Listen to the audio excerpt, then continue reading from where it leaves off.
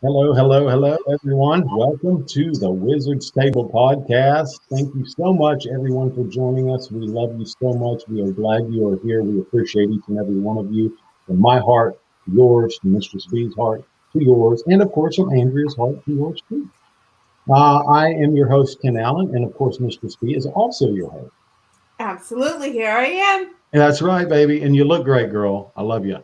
Thank Um, you. Love you too. so tonight we have the one, the only Andrea Perron.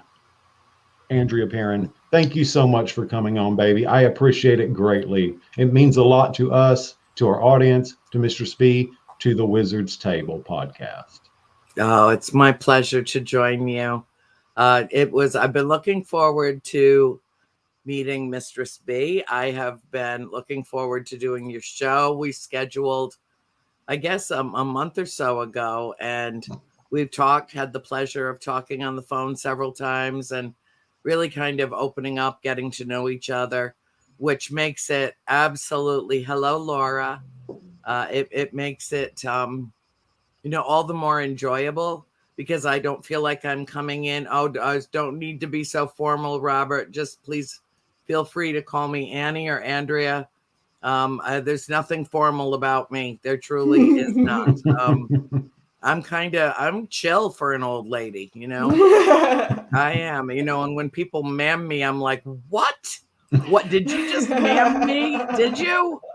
But it's very sweet and I appreciate it. Although this is my ma'am cave. This is the ma'am cave.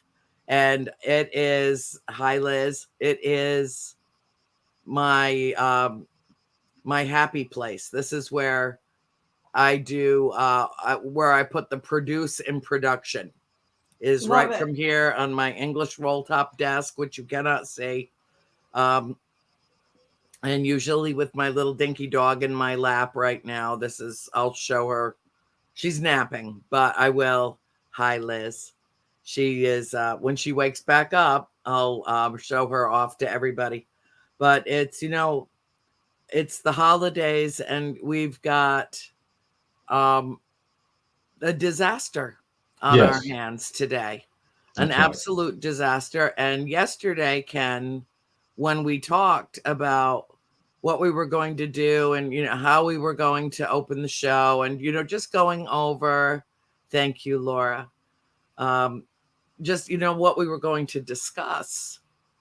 Neither one of us, I mean, I was right in the middle of doing my show A World Awakening last night when the tornadoes began to strike in Arkansas.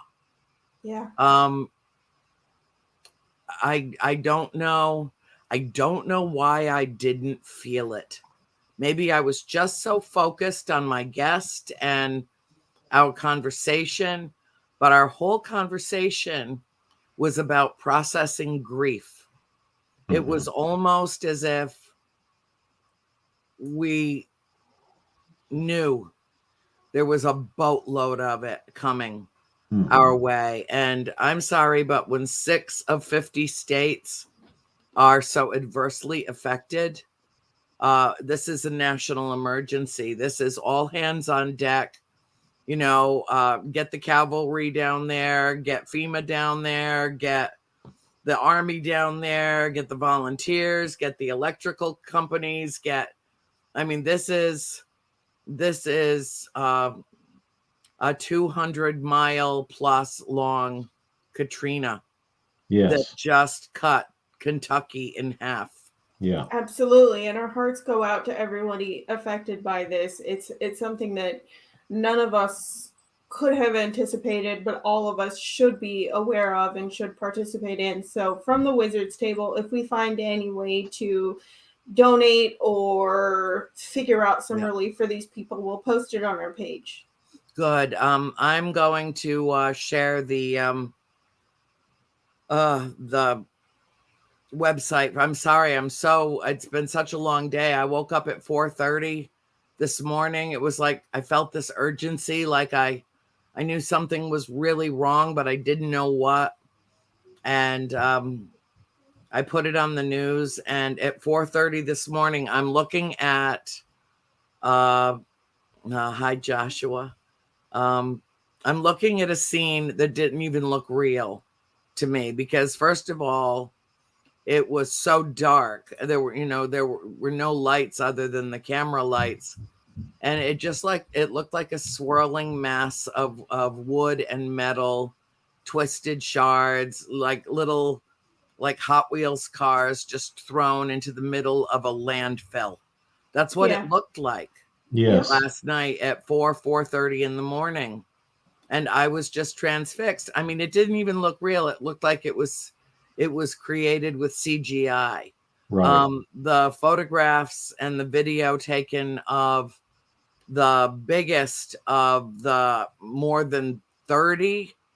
Oh, you're so sweet, Liz. Yeah, I do the dark zone. I'm on the dark zone from time to time. I'm kind of everywhere. I go anywhere with anybody because I love you all. And so this is a way for me to spread my message and reach out to so many different people. And I appreciate it. I mean, I'm nothing without the viewers. Yeah. My message would go nowhere. It'd be like standing and talking in front of a mirror. So I have great and deep appreciation, true gratitude for, those that bother to tune in. But I was very prayerful, very subdued, very tearful. It was like I felt all of it.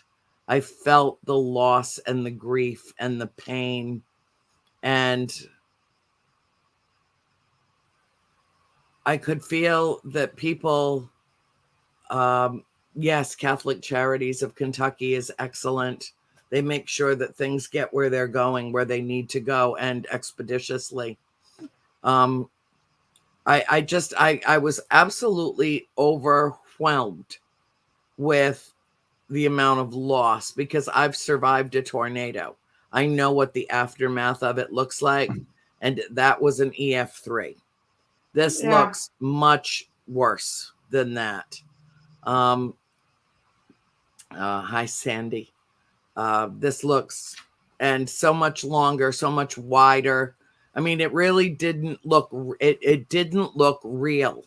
It didn't look real. The film footage of the biggest of the tornadoes. And we're just beginning to see, I mean, it's day one. This storm system's not over yet, although it's significantly diminished in terms of its power. But, the suffering is not over. This is going to take weeks and months and possibly years to rebuild this part of Kentucky.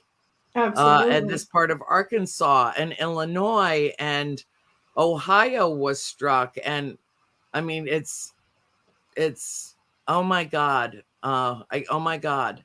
This is just Missouri, Georgia, Alabama. I mean, my sister, I've been on my phone with my sister in Georgia pretty much all day long because the back tail end of it was coming right through their area this afternoon.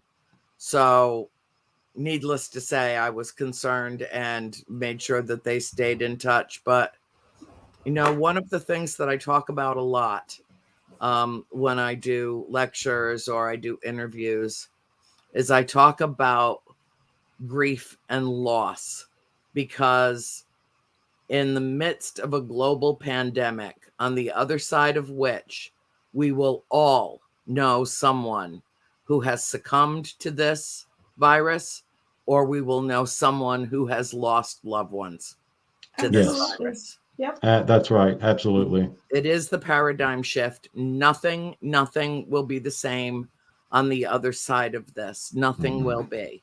Yeah. Our life as we know it will have changed inexorably. And we won't really even remember certain elements of how life was before the pandemic, which is inherently the simplistic definition of paradigm shift. And, yet today, and, Ken, when we were on the phone, we talked, we had fun, we laughed. It's, and now I feel very sober and very sedate and very sad. And you can't be angry. You can't be angry at the planet. How can you be angry at the planet? You can't. You know, she is reacting to the pestilence on it. Yeah, And that's the thing. I mean, we're changing the trajectory of what we think of as weather. That's the thing. The hurricanes, the earthquakes, the wildfires, the tornadoes, that is the Earth's antibodies reacting to what we are doing. Yeah. Yeah. And the Earth is a living organism. Yes, she is. She is a living organism, and she's pissed. Yeah. She is, you know. I'd be pissed too. Yep. You know, I don't know if you're aware of this, but in August of this year, we lost a very precious family member to the floods in Waverly, Tennessee.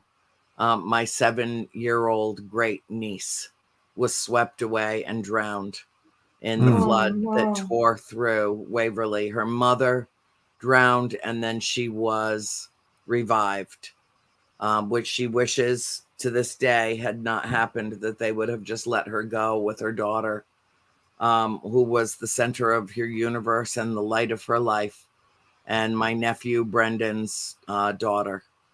7 years old, the whole promise of the future in front of her, bright as a new copper penny, just as sweet and kind, and an old soul, a beautiful, beautiful child. And thank you, Teresa. None of us will ever get over it. So today I was with my sister, Nancy, and Lucy was her grandchild, her granddaughter. And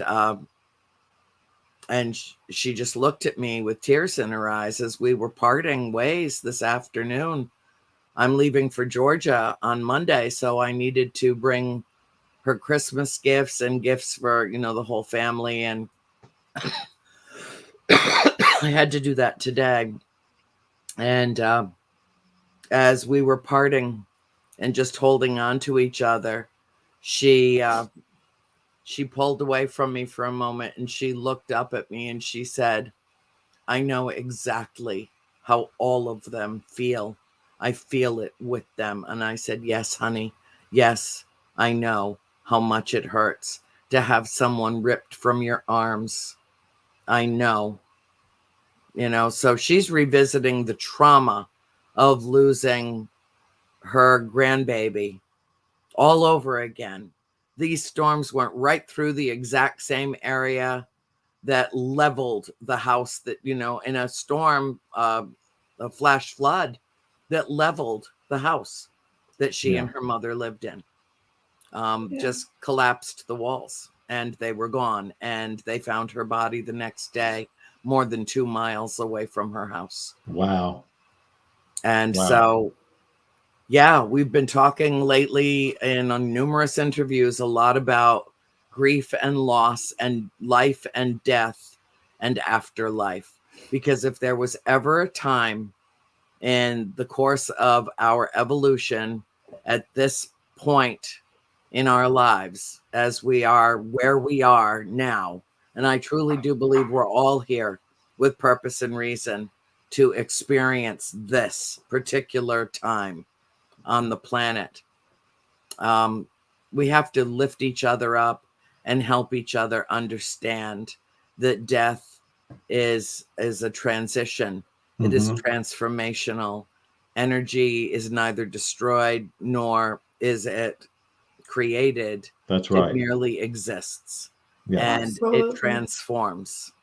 And so when the vessel is gone, that does not mean that the spirit goes with it. You know, I think of Earth as soul school, and unfortunately in soul school, the test always precedes the lesson.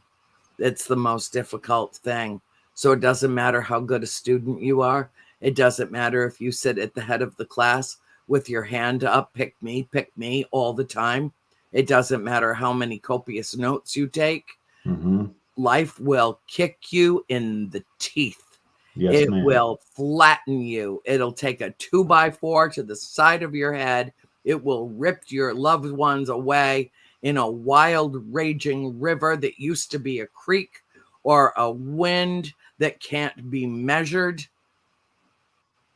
And that's how cruel and quick it can be over. How cruel it is and how quickly it can be over. So you have to remember that every day is a gift. That's why it's called the present. And I know it's kind of a corny saying, but you have to remember it, and you have to hold the people that you love close, and you have to treat people with respect and love and kindness, because that may be all that they get.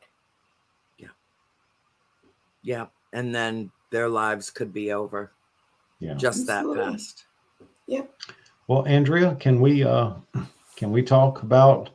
No, I don't usually let my interviewers get a word in edgewise. You probably already know that. I mean, it's 18 minutes past 6, and barely either of you have gotten a word. No, Yes, you may that's ask me fine. anything. Ask me anything, darling. Well, yeah. Laura says, Ken, stop drinking your son's juice boxes. He gave it to me. He offered it to me. I'm not going to tell a 4-year-old no. But I want to talk about the house, Rhode Island, if you're comfortable with that. Yeah, I've done thousands of interviews about it.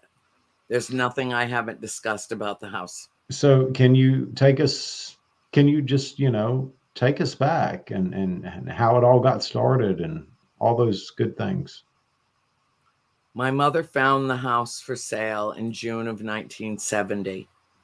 My mother and father closed on the property in December of 1970, and we moved in at the beginning of January 1971, even though we were already, officially the owners of the house. The current resident, the occupant at the time, Mr. Kenyon, was not ready to move. He had barely begun to pack. He was an elderly gentleman. He didn't really have any help. He only had one son. His wife had passed away about a decade before, and he was kind of on his own out there in the middle of very remote territory for Rhode Island, which is, of course, the smallest state. Right. But it had Chloe is listening from the UK. I love Great Britain. Oh my God, I love the Brits. Oh my God. The history is amazing. It's amazing. I know. I love that I have their bloodline in me. I do. So anyway, we didn't know. Ghosts were not on the radar. That was not something that we were even considering. This was an original colonial home. One of the very few that are left in America, built as it stands now, completed 40 years before the signing of the Declaration of Independence. Wow. Yeah. The land. Hi, Carrie. I know Carrie Hopper. She's a sweetheart. She's my girl. It was the land was deeded, and Chris Carr, I know too. Oh my God, I know all your people. People. Yeah. Chris, this is great. This is great. Yeah, Chris and Kristen, they're great people. Yeah. Yes, wonderful. Truly wonderful. Kristen told me if I go to visit, she's going to make me some chowder. Chowder? Yeah, but tell her absolutely not, unless it's clam cakes that go with it. You got to have the clam cakes and the chowder. You can't have one and not the other. They go together. So it was a piece of property that was deeded in 1680. Okay. There was a house that was built, a small house, like a kind of like a one room with a cellar hole, way back on the property. There's nothing left of it now but a cellar hole. But when we bought it, it had 200 acres of land. It has a barn that was built by a shipwright So it survived the hurricane of 38, when so many structures did not. And it was because the barn is built to sway with the wind. Okay. You can literally, in a bad storm, you can literally watch the barn move. It's the most amazing thing, truly. Really, really good engineering there, huh? Yeah, it's the main beams are bowed. So when the wind slams into it, it just goes just like a ship does out on the ocean. Wow. It's amazing to see. And we didn't know what to expect. Well, we did, because we had visited the house many times, at least 5 or 6 times before we moved in. And we knew Mr. Kenyon very well. He knew us very well. He very much wanted our family to have that property. He said to my parents several times that it was a wonderful place to raise a family.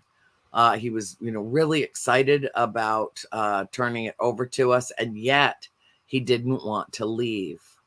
Well, when we got there, we had a bit of a caravan, an entourage, as it were. We had the big moving truck and our Pontiac Bonneville, which was a huge, massive car. And my uncles and my grandmother and her car, and everybody pitched in to help get us moved from Cumberland, Rhode Island to Harrisville, Rhode Island. And when I walked in the house, I was the first kid in. And my dad had given me a box marked kitchen off the back of the truck.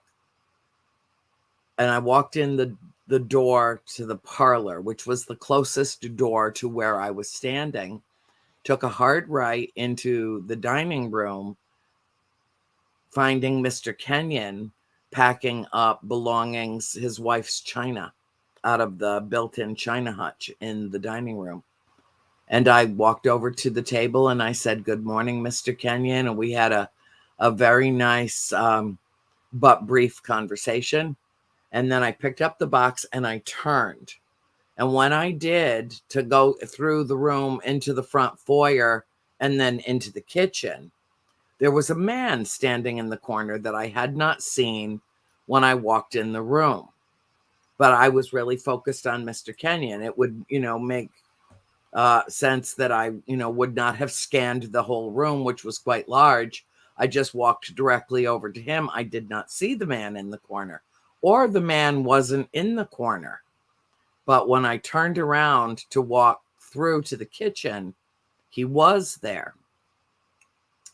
And I did not identify him as anything other than maybe a neighbor who stopped by to say goodbye. Although Mr. Kenyon apparently was ignoring him, and did not introduce me to him. It was like he didn't know he was there either. And as I walked past him, I said, "Good morning, sir." He looked like flesh and blood to me, I swear to you. I did not even identify him as anything other than Sarah's here. Until go get Grandpa. Go get Grandpa. Go get him. Okay, you tell him. And so when I walked into the kitchen, I said, "Mom, who's that man with Mr. Kenyon?" She said, "Well, there's nobody with Mr. Kenyon. His son's on the way. He's not here yet." And so I'm sure I was 12 years old. I figured it was probably just somebody that stopped by that my mother did not know about. Mm-hmm. So I walked out the kitchen door, walked back around to the moving van. And meanwhile, my sister Christine came in. She said good morning to Mr. Kenyon. She saw the man standing in the corner of the room, walked past him into the kitchen, and asked my mother who he was. And Mom said, "There's nobody with Mr. Kenyon. I don't know what you're talking about. I don't have time to go look." And then Cindy walked in and she asked Mom the same question and made some comment about how funny he was dressed. And then Nancy walked in behind Cindy and leaned over to her and said, "Did you see that man with Mr. Kenyon?" "I did, but he just disappeared." And that was our introduction to the supernatural, but we didn't even know how. We didn't know that word. We didn't know, ghosts and spirits. I mean, that was just not something that was in our vernacular. It was not something in, our family lexicon. It was, if you, only time you ever heard ghost was if you were watching Casper the Friendly, or if mom wanted to know which one of us wanted to be a ghost on Halloween, because she always had one white sheet that she was willing to part with and cut holes in. That was it. So we didn't know how to identify what we had seen. But later in the day, as it was starting to become kind of dusky outside, April was with my mother the whole time. She was only 5. She was in the kitchen. So she never saw him that day. But later on in the afternoon, my father approached Mr. Kenyon and, said to him that, it was obvious that he really didn't want to leave and he wasn't prepared to leave. And what could we do to help him? And, oh, by the way, if you don't want to move, you don't have to. The house is plenty big enough. You can just stay here and live with us. Okay. At which point the spirit manifested in form. And so I saw him, Nancy, Christine, and Cindy. So this was a full body apparition. Yes. We all saw him manifest in form. We all looked at each other like, do you see that? Do you see that? But nobody spoke out loud. It was not something that we tried to identify. It was obvious that Mr. Kenyon and my father did not see him, that the grown-up adults absolutely did not see him. We, the children, saw him. So it was not something that we were going to bring to their attention, as it were. But that was our introduction to our new dwelling, our new home. And it was interesting because later, just before Mr. Kenyon was going to leave, he took my father for a walk. And at that time, he said to him, Roger, for the sake of your family, leave the lights on at night, which is a very cryptic message. Sure. Yeah. But he said it to him. Dad did not know how to interpret what he said or why. And I think in his very pragmatic Virgo mind, it was deciphered as, I have 5 kids. They're all sleeping upstairs, 2 very narrow, dark, steep stairwells, and the bathrooms on the first floor. If I don't want my kids laying in piles at the bottom of stairways, then I had best leave some lights on for them to navigate the house at night. I mean, the way my father thinks, that would have gone zip right through his mind. That's how he would have figured the message was intended. So your father, a very, very logical person. Yeah, he is. And almost to a fault, because sometimes the logical explanation is that there's ghosts. Right. The spirit exists. 100%. That can be your logical explanation. That's right, and if baby. you dismiss the notion out of hand as an inconceivable possibility, then you automatically limit your understanding of what you see with your own eyes, what you sense with your own sensory perceptions. And so that kicks in a whole nother set of traumatic things like, am I losing my mind? Did I actually just see what I just saw? That's not even possible. What I just saw is not real. It can't be real. I cannot have just seen that, or felt it, or smelled it, or felt, that nasty, bitter, rancid taste at the back of your soft palate.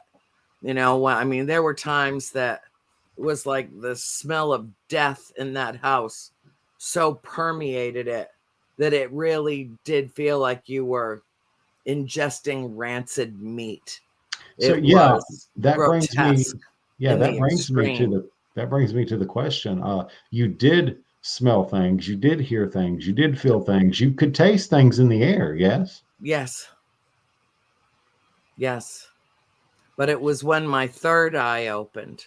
Mm-hmm. It's when my third eye opened fully Mm-hmm. that everything changed for me. And that happened during the first year that we were there. And I did not tell anybody in my family about what I saw because I wasn't exactly sure what I saw, but Yeah. I did see a flotilla of vessels pass over the house. And Okay.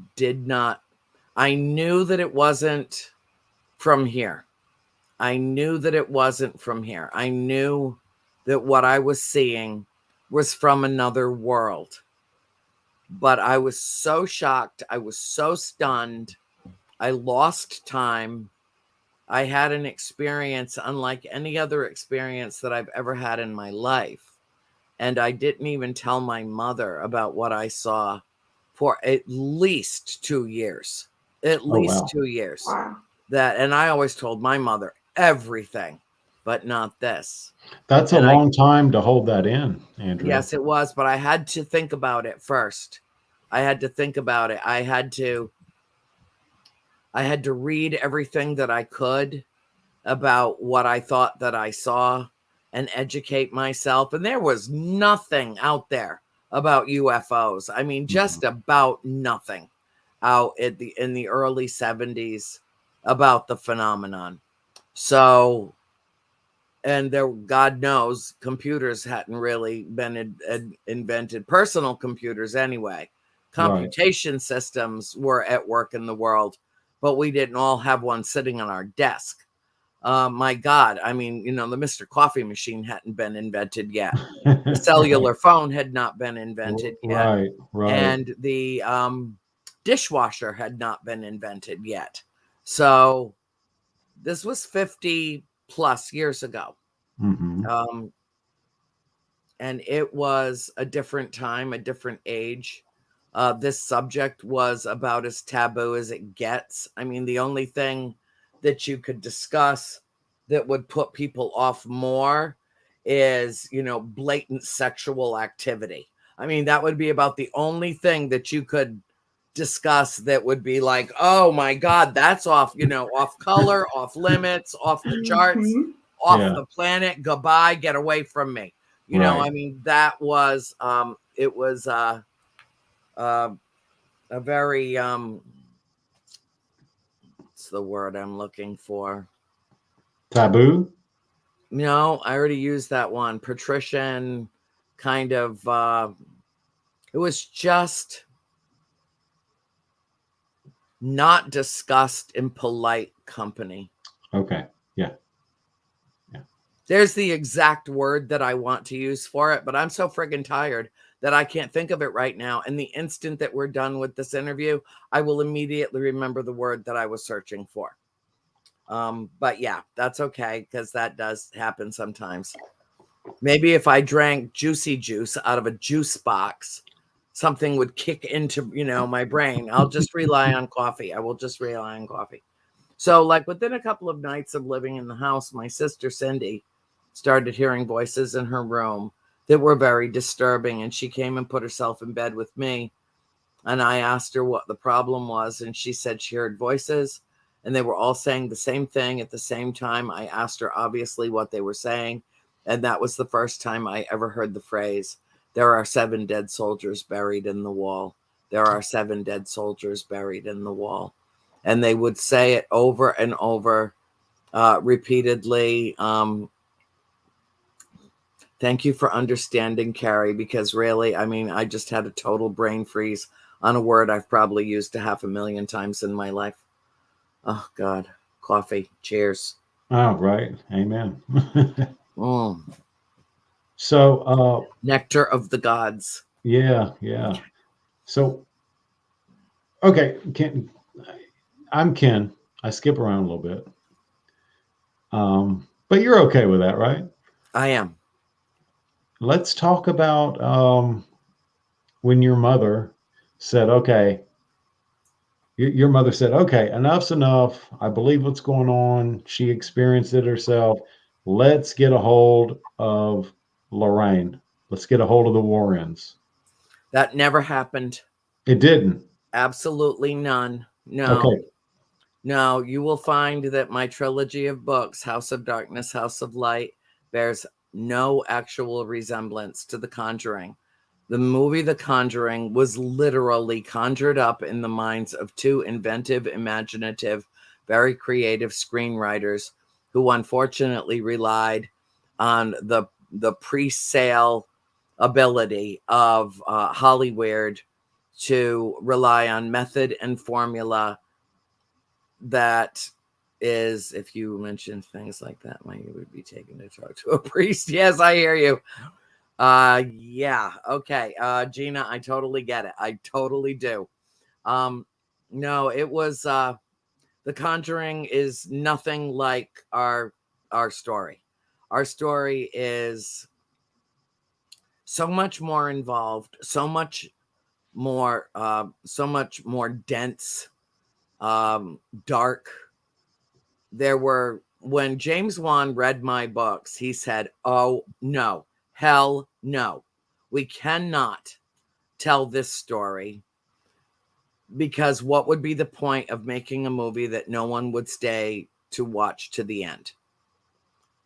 So they toned it down so much that it's quite literally unrecognizable to our true story. There was no possession that took place in the house. Okay. And there was no exorcism in the house. Oh, okay. There was a seance that went so terribly, terribly wrong that was foisted upon my parents by Ed and Lorraine Warren, who were actually brought in from a team of young paranormal investigators that came to the house from Rhode Island College.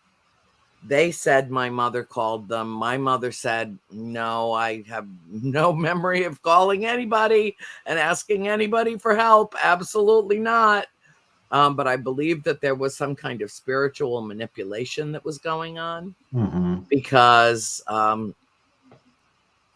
and they are capable of that. I believe that Keith Johnson particularly was supposed to be brought into the story, and he sought out the Warrens.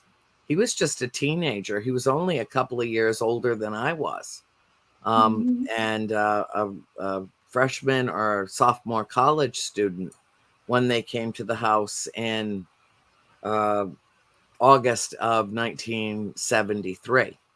So we'd already lived there 2.5 years when they came into the picture, and then they're the ones that informed the Warrens that they knew of a family that was in a predicament, and gave them the information and gave them the address. And they're the ones that came to our house unannounced, unbeknownst to my mother.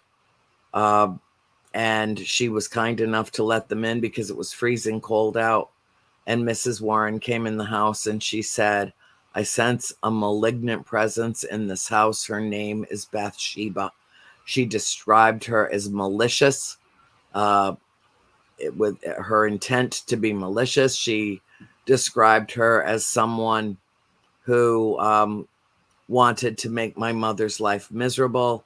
And she basically, without knowing the backstory on the house, blamed everything on Bathsheba, everything that had happened to that point. And she was wrong. She was wrong about that. I was going to say, and Bathsheba was not that type of person. Well, she was not particularly nice or kind to her farmhands. She lived a very long, by all accounts, pretty miserable life. She lost 3 of her 4 children before the age of 4. And she was born in 1812 and she died in 1885. She is buried in hallowed ground in the center of Harrisville, Rhode Island.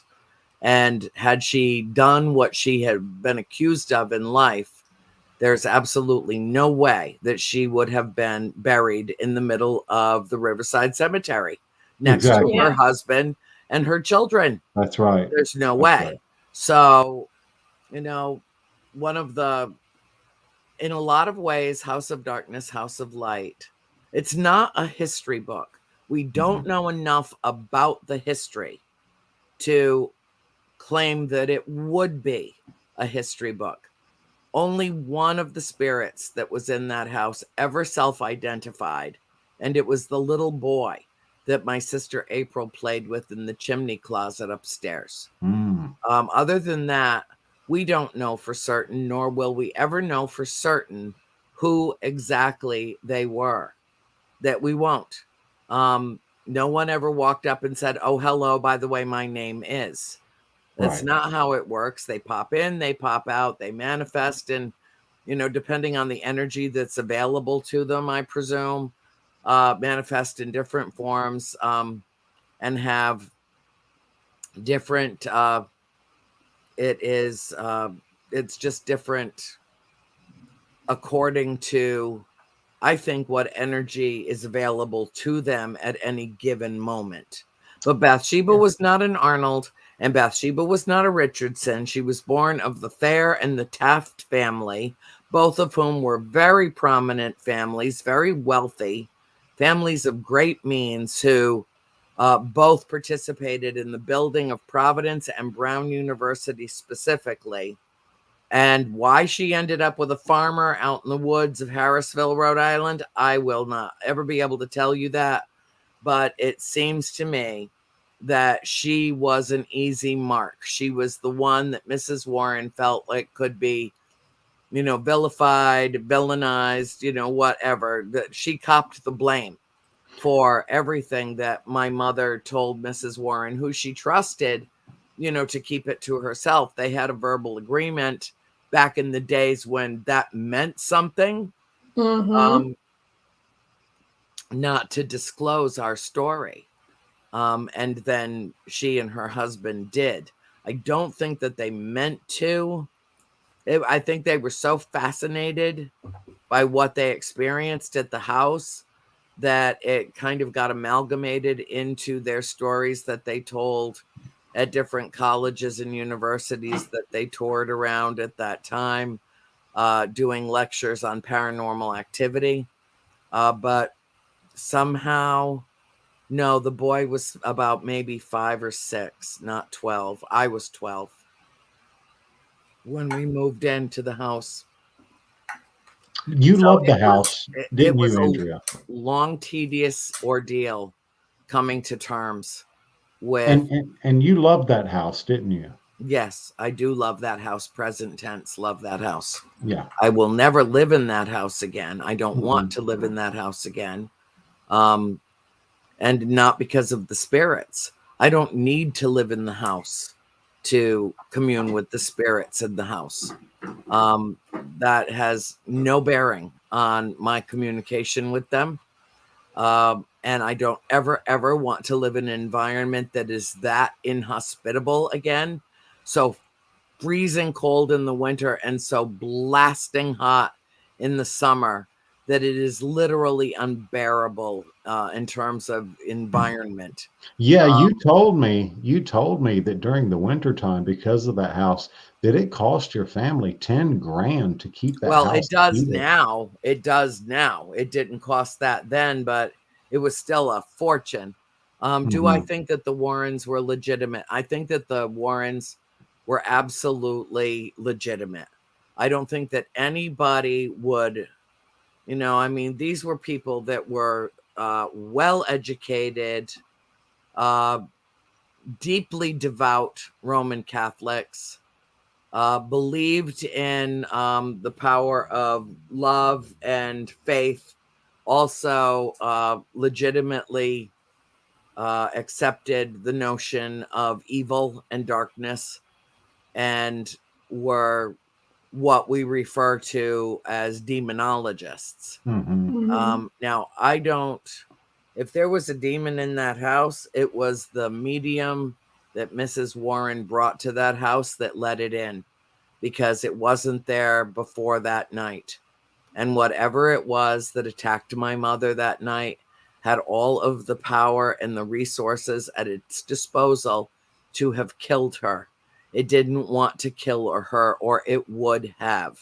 Instead, I believe that it wanted to make its presence known to Mr. and Mrs. Warren, to the priest that was present, to the medium that was present, to the cinematographers and the audio specialist and the Perron family that was present. And we shouldn't have been. You shouldn't ever conduct that kind of a ritual in the presence of children. Oh my God, it is consummate to spiritual malpractice. Absolutely. Mrs. Warren absolutely explained to me. Could you put that back up? I did not have a chance to read that whole. If you and your family have never. I don't know, Robert. There's no way for me to answer that question. I think that everything happens the way it's supposed to. Yes. And because I did not live another kind of life in another situation, I can't say that. But I do think that in some way it was our destiny to live there. I think that we were called to that farm, that we are. Okay, Nathan, here's the thing, honey. You've probably never sat down and had dinner with a demon. So you don't know for a fact if demons exist or not. And everybody's interpretation of them is different. So there's no way to label them with a Post-it note. I do not know if demons exist or they don't. I don't know that because I have never personally had an experience that involved that. What I do know as a manifestation of some kind of a spirit or some kind of an entity. But what I do know is that pure, unadulterated evil exists in the world. And it can be manipulated. That there is an energy that it possesses that can be manipulated in the same way that positive energy can be manipulated and worked with. And that's why witches and warlocks are called practitioners. Yes. They practice the power of the manipulation of energy. Yes. And I agree with Teresa. I don't know if demons exist or they don't exist. I don't. I've not had that experience. But what I do know is that pure, unadulterated evil exists, and it was something that attacked my mother that night that was not, I don't think, from this world. It spoke in a language that I have no familiarity with, perhaps an ancient language of the earth that none of us knew, but certainly nothing that I had ever heard before. It was very threatening. It spoke through my mother. It was absolutely not Latin. I was studying Latin at the time. There was nothing that it had in common with Latin. It was certainly not Greek. It was not one of our ancient languages in recent human evolution and history. But I do think that it was not of this earth. And I do think that its intention was to make its presence known specifically to the Warrens, but also to everyone else that was in the house that night. Now, I think that this would be a good time, Ken, for me to call my father in and let you talk with him about what happened the night of the seance. I would love to do and that. let him share his perspective about that, because I always do, and I'll be happy to revisit it when you're done speaking with him. But my father is a very intelligent, extremely well-spoken man. His memory at 86 is as sharp as it was at 8. I mean, he's just an amazing human being. What happened in that house changed him forever. He will openly admit now that he was frightened for his family because he felt like he had moved us into an environment that he had absolutely no control over. And that night was hell on wheels. And I really want you to have his perspective. So let me get him. Let me ask you this real quick. Andrea, what does your father prefer to be called by name? Roger. Just Roger. Just Roger. Yeah, Okay. there's no pretenses with him. Okay, Not with baby. me. Although All he'll right. probably call you kid, and he'll probably call her beautiful. That's Because fine. he was in the 50s. You know what I mean? Okay. No issue there. Here he is. This is Ken and Mistress B, as in Beatrice. And she's lovely. And try not to flirt too hard with her dad, okay? Mistress B. She's lovely. Isn't she beautiful? And this is my friend Ken Allen, a lovely man as well. So you talk with them for a little bit. I'm going to go have a cigarette. I'll be right back. Hi, B. I'm Alan, is it? Ken Allen. Yeah, Ken. Ken Allen. Ken Allen.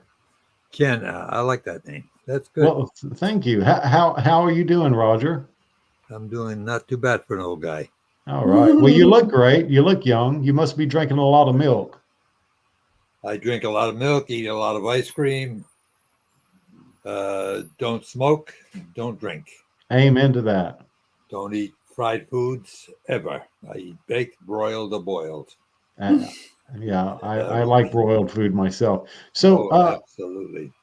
Anywhere you want to start, I'm fine. Actually, you know what? I do want to ask you a question because I saw on YouTube about the spirit, the female spirit who liked to rub your back a lot. Oh yeah. Can you talk about that a little bit? Yeah. Well, she was always there for me for quite a while. She came to me, I guess, after about 4 years that we were in the house, and she started getting very, very friendly towards my kids, and she put them to bed at night and pull the blankets over them and so forth. And then she'd come to me and she would just run her hand across my back like that, very, very slowly. And she I guess she loved me and loved my kids, but she hated my wife.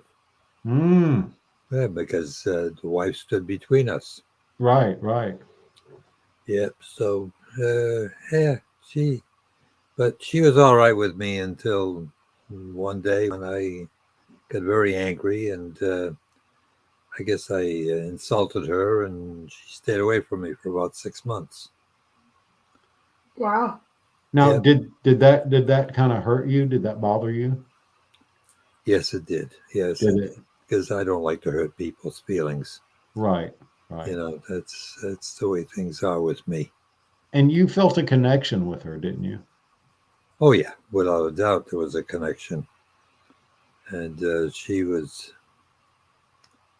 I don't know, very friendly with me, very friendly with my kids. So, yeah, well, I'll tell you how it happened. Okay. I came home from New York, got on Massachusetts Turnpike and drove up to the house. And this was on a Thursday evening. I was dead tired and went to the freezer and pulled out some food, and I cooked up something for myself, sat down and began to eat it. Scallops? Scallops, that's right. Yeah. How did you know that? Annie told you. Annie yeah, those were the real scallops that came in the shell, like clams. That's right. And they're only little bitty things. They're probably about half the size of a dime. And they're very, very sweet. And a friend of mine down the road, he used to, once a year he'd go and he'd bring me back a bushel of them. And I'd sit there for a couple of hours just opening them up and putting the scallops inside of a tray in a plastic container and put them in the freezer. So when I felt like having one, I could go in the freezer and get them.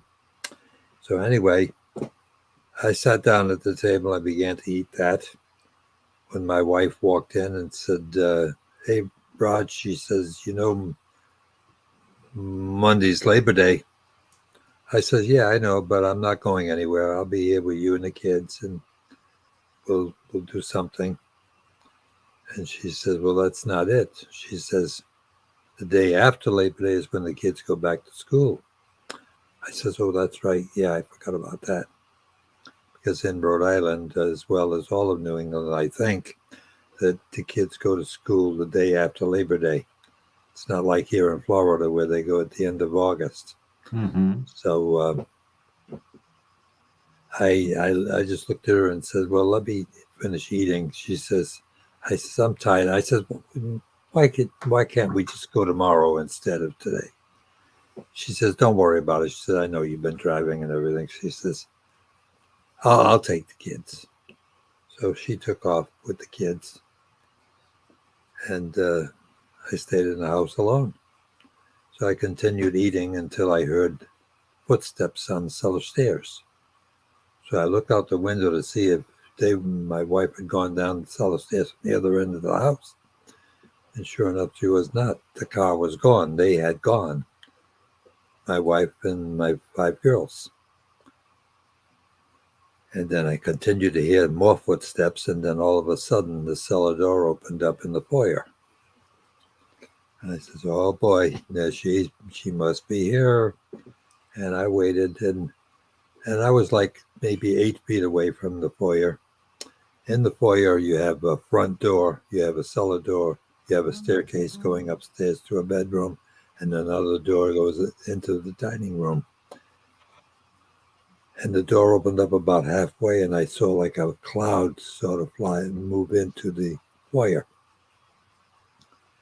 So then I sat there and I just watched a little bit more, and the cellar door opened all the way, and the cloud got a little bit thicker. So I waited and I waited and I waited. And I guess I must have waited about a half hour. But being a young man at that time, I didn't have the patience of an old man. Today I would have the patience, but then I didn't. I should have waited for her.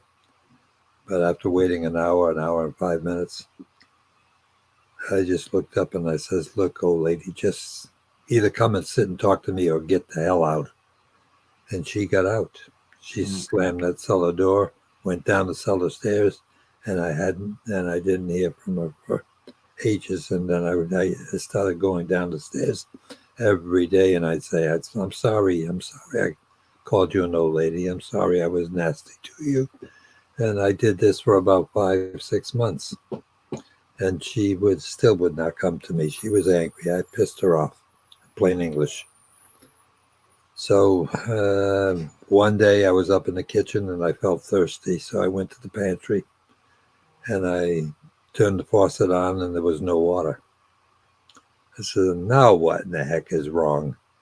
So I went back into the foyer, went down the cellar stairs, and I looked over from the platform, and sure enough, it was the old-fashioned water pump with the big wheel and the belt across the top of it. And Okay. yeah, I think you, in your lifetime, you may have seen something like that. I have, yes. And I looked at it, and I looked at it very carefully, and I see that the belt was not on the machine. The wheel was barren of a belt. I looked on the sand, and because there were no cement floors, then it was all dirt floors. So I looked all around the dirt floor, and about 8 feet away from the wheel is, guess what? The belt is laying there. So then I said, "How the heck did the belt get there all the way from the wheel?" I guess she took it off to get me downstairs. Because when I grabbed the belt, I wiped it off with the rag I had there on the furnace, and I came over and I stretched it over the top of the wheel. And just as I started to get up after stretching it, I felt her hand go across my back. Wow. And I says, "Oh my God, you're back. You forgive me finally. If you forgive me, do that again." She ran a hand across my back once again. I says, "We're friends again." Beautiful. So I felt good after that. Believe me, she was back in my life again. And she stayed with me, I guess, oh God, so many years after that. But yeah, many things happened in the house, and that was one of them. But even today, I go back there and she's there. She's there for me. So sometimes you do go back to the farmhouse. Yeah, we went back to do a thing on Halloween. Okay. Yeah, and we were sitting in the kitchen, and I guess about six of us, six, maybe seven. And she came over and touched my back. But then the next night, when I went down to the basement trying to find her, she didn't come to me. I couldn't figure out why. Well, I slipped on the steps and I hurt myself. Maybe that she saw I hurt myself, so maybe she decided not to make things worse. I don't know. I have no idea. So I stayed down there, I guess, about 45 minutes, and she never came back to me. But the first cameraman looked at me and said, "Roger, she's right behind you. I see her in the crack of the wall here." So she was there, but she didn't want to touch me because she thought I'd hurt myself, I guess. Which I did a little bit, but nothing big. Nothing. It's just that they had changed the staircase a little bit from when I lived there, and the handrail wasn't there. So when I went and touched it, I went over. So no problem. But yeah, things like that happen, I guess. Well, Sarah, Sarah has a question for you. She says, since I'll read it over here. Since you said she didn't like your wife, do you feel like she may have wanted a romance with you?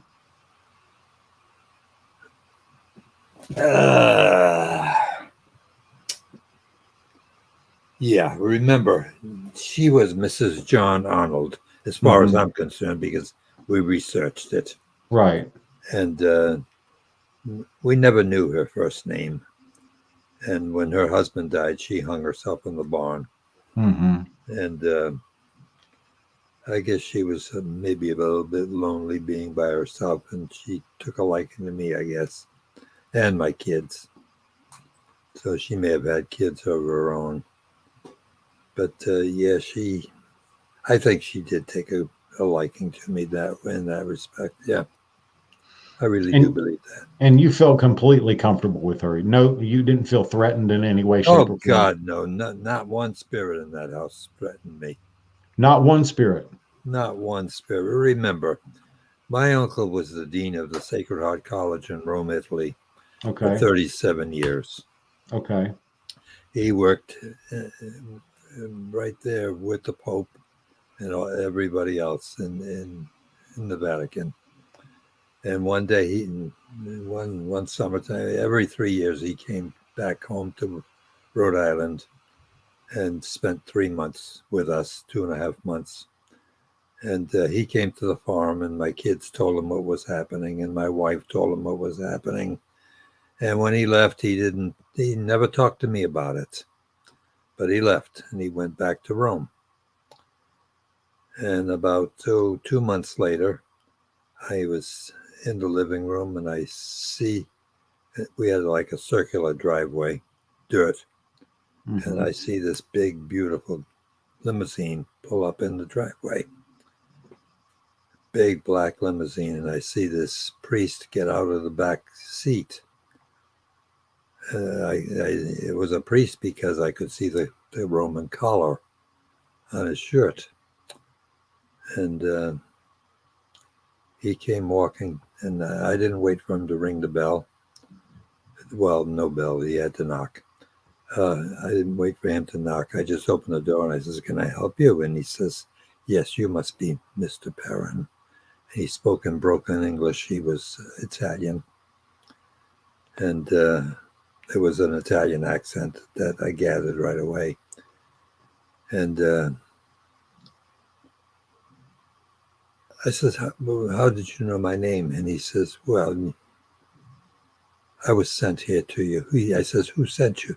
He says, "The Pope." I says, "The Pope? Who sent the Pope? Who told the Pope?" He says, "I think your uncle." I says, "Oh, that's right. He did talk to my kids." Yeah. I said, "Okay, no, come on in. Come on in." I shook hands with him, and he looked at me and he says, I would like for you to give me permission to go through your house and your barn and everything that I can go through and check out your house for you. And I said, sure, why not? So I let him go. And for about 4 or 5 hours, he did everything. He went down to the basement. He went upstairs, went out to the barn. He went out in the back. He went everywhere. And then I was in the kitchen having a cup of coffee when he walked in. I said, you want a coffee? He says, no, sir. No, I don't need that. Yeah, he probably wanted a glass of wine, and I didn't realize that. So, because that's the Romans. That's how they live. Absolutely. I They know. don't drink coffee. They drink wine. That's right. My mother's Sicilian, and wine is a staple. She's a great lady then. She is, and her spaghetti is The best. the best. Oh my God. So anyway, he refused the coffee, and he says, I just got good news and I got bad news, and I says, well, give me the good news first. He says, okay, the good news is you have no demonic spirits in this house. You can live here very comfortably. There's nobody going to be too threatening you. Mm-hmm. I says, well, that's good news, I guess, because at that point, I still wasn't. I was a little bit still confused about everything. And I says, okay, what's the bad news? He says, the bad news is you have way over 20 spirits in this house. Wow. He says, you have so many spirits. He says, it would be impossible to cleanse the house for you. Yeah. Wow. So that was the end of that, let me tell you. I says, oh my God. And it wasn't long after that Mrs. Arnold came to me. But she came to my ex-wife much earlier than that. We were in bed one night. I was asleep, and she appeared to my wife and told her that she was the woman of the house there, and so on and so forth. I can't remember exactly. Annie can probably tell you. And my wife tried to wake me up and pull the blankets off of me, and I had scratches on my back. And I was dead to the world. And she couldn't wake me because Mrs. Arnold didn't want me to wake up. Yeah. Mm-hmm. So I was under her control, I guess. So the next day, when she finally woke me up, it took me to the bathroom to show me the scratches. And when we got to the bathroom, the scratches had disappeared. So it was just something that was temporary, right, to put fear in my wife's mind. So the scratches were to basically intimidate your wife, not so much as you. Exactly right. Because there was no pain or anything to me. But my wife had seen the scratches. That scared her. Yeah. Yeah, so in those days, I was a hypnotist with 2 psychiatrists. And I decided I was going to take her down to Frank's place, down at the shore in Rhode Island. And I called him and told him what happened. And I says, could I take her down? I says, I'll put her under and turn her over. I used to turn them, these two, they could not hypnotize. So I did the hypnotic work for them. They'd turn the patients over to them. And then they would work the patients. So that's what I did with my ex. And she repeated word for word everything she told me when she had woke up. And under hypnosis, you don't lie. You cannot lie. That's right. So everything was 100% true. And then you know, as the years went on, a lot of other things happened that are even till today unexplainable. But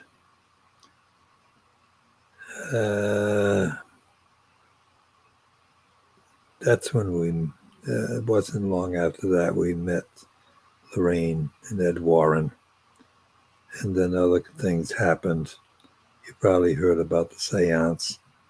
I did, yes. I also heard about you knocking him in the nose. No, not in the nose, in the mouth. Okay. I think Okay. I knocked out one of his teeth because I still had the scar. Yeah, Oh, wow.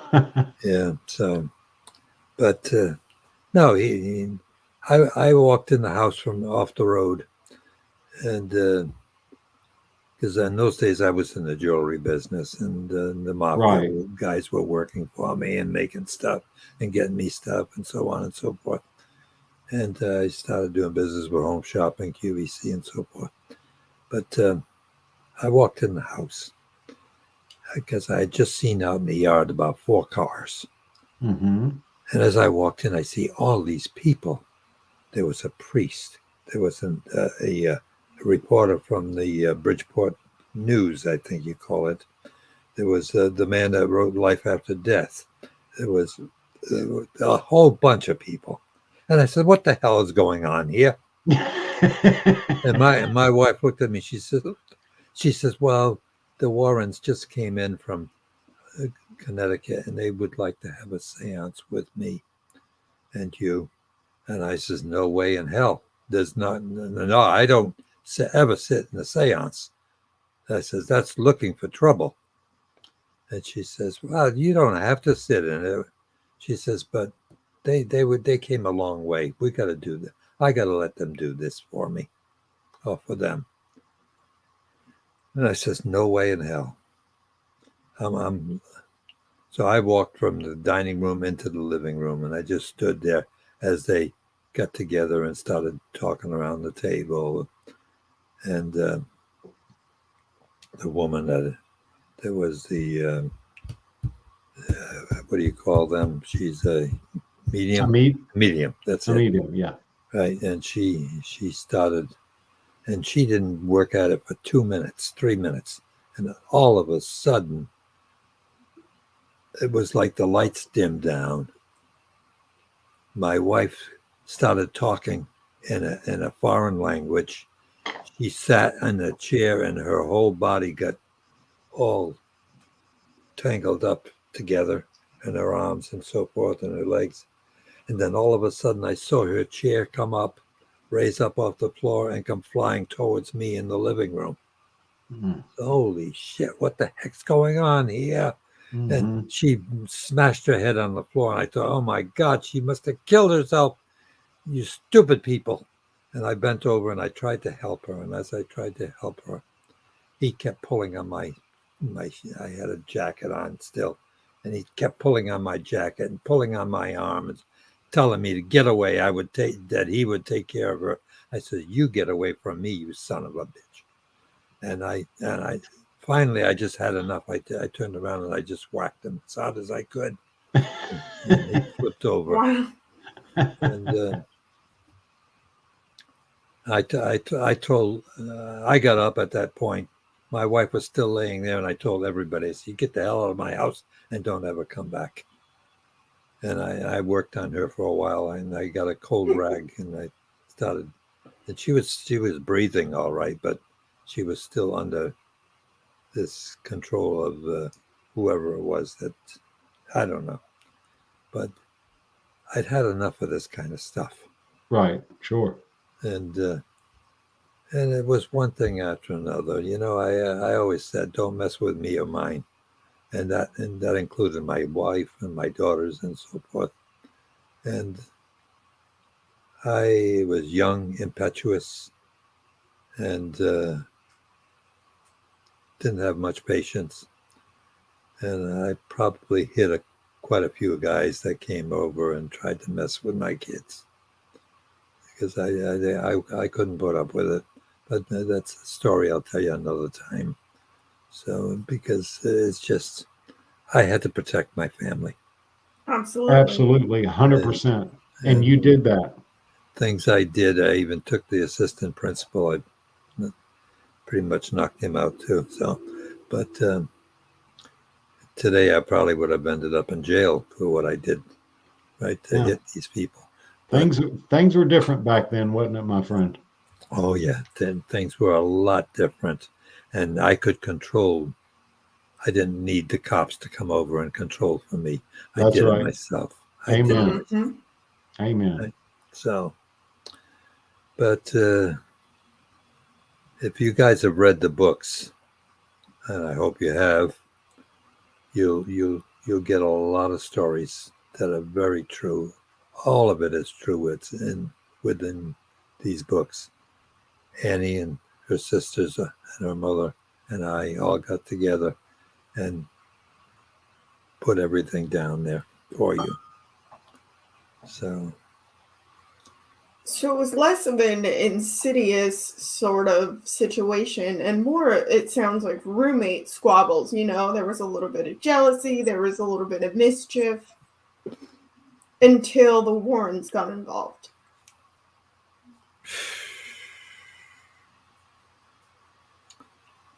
no one ever told me about the mischief. I don't know what that's all about. Yeah, the kids, well, they were normal kids. April would run in the house and, Dad, they won't let me play with them because April would try to boss them. She was the youngest. She was 6 years old, and she was going to tell everybody what to do. If that's what you're talking about. But no, the kids, then I don't want to tell you too many stories. You got to read them in the books. And then we're probably going to put them in another documentary. So, no, the kids were always happy together, as far as I'm concerned. And I treated them like tomboys. And we played ball and so forth. And nobody could ever beat them because I was the best coach that ever happened. I made darn sure that they could beat the hell out of all these guys. I have no doubt, my friend. And boy, we used to love playing. Down behind the house, there was like a field, and it was sloped down a little bit, and that was our ball field. Boy, oh boy. Now, your property was 200 acres of just beautiful, beautiful property. It was. Yes, it was. And you fell in love with it, yeah? Yes, I did.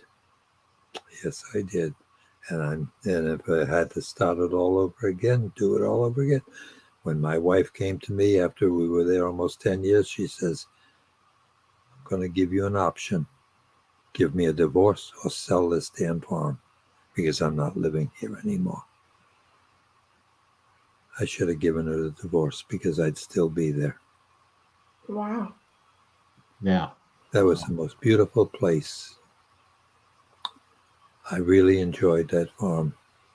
I built a bridge over the brook in the back. I did with steel girders and so forth. I think I've seen pictures of that. You might have seen that, yes. And we had all our animals, cows and pigs and horses, donkeys and rabbits and ducks and so forth. I enjoyed living, and that's the way I want to live again. I'm looking at a piece of land now. That's what I want. I want to get back in the country. I live in the country, and I tell you, there's nothing better. There's nothing like it in this world. Absolutely. There you go, kid. There you go. Absolutely. Yeah, I'm moving back out to a farm as soon as I can. Thank you, my dear. Are you two connected or? We are. So I'm actually dating Ken's stepson. So that's how we met. Oh, I see. Okay. Yeah. Okay. Very good. Fantastic. Yeah, we have a lovely relationship. We're lucky to have found each other. Yeah, she's a great co-host. I couldn't ask for a better co-host. And we click, we vibe, and we have the Wizard's Table. So, oh, I see. Okay. And we love it. Yeah, and you guys living where? Florida. I'm in Tallahassee, Florida. Yeah. Yes, sir. Oh, wow. Join the gang. Right? Yeah. Wow. Beautiful. Mm-hmm. Yeah. There's no way I could ever live anywhere else but Florida right now. I've been here 25 years. And when I say if I had stayed in Rhode Island, I could continue living there because it was always, you had winters and everything else. But when the temperature hit 45 degrees, you said, wow, it's springtime. Off came the jackets, right? Yep, Right. Not exactly. here. Well, I love Florida. I was born in South Florida, and I love it here. Oh, there you go, kid. There you go. Yeah, It's the best place in the world to live.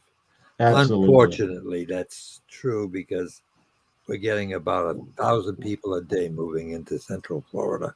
Ain't that the Oh truth? yeah. Yes, so And crowded. they are getting, it's incredible. When I Better came hold on in, to the property and the land you got. yeah, well, oh no, where I'm going is there's millions of acres. There aren't many people out there. So that's where I'm going to go. Lovely. It's on 192 between St. Cloud and Melbourne. And you Okay. never saw such beautiful land in your lifetime. Sand Lake cranes, you name it, they got them all. Everything is there. The bears and oh shoot, I meant to show the picture of my. I had a Florida panther fall in love with me, and that's how I wanted my. It's heck. Why am I getting into this? Well, we got a lot of Florida Panthers here in Tallahassee, out in the the Apalachicola National Forest. We have a Yeah. lot of Florida. Well, people think that Florida Panthers aren't real, but they are here. They're not Oh, extinct. they are real, 100%. This They are one, not extinct. I had, I had this place, this alligator place, like you've probably seen where they have all these animals and gators and everything else, and they had a Florida panther there, and I put them on television.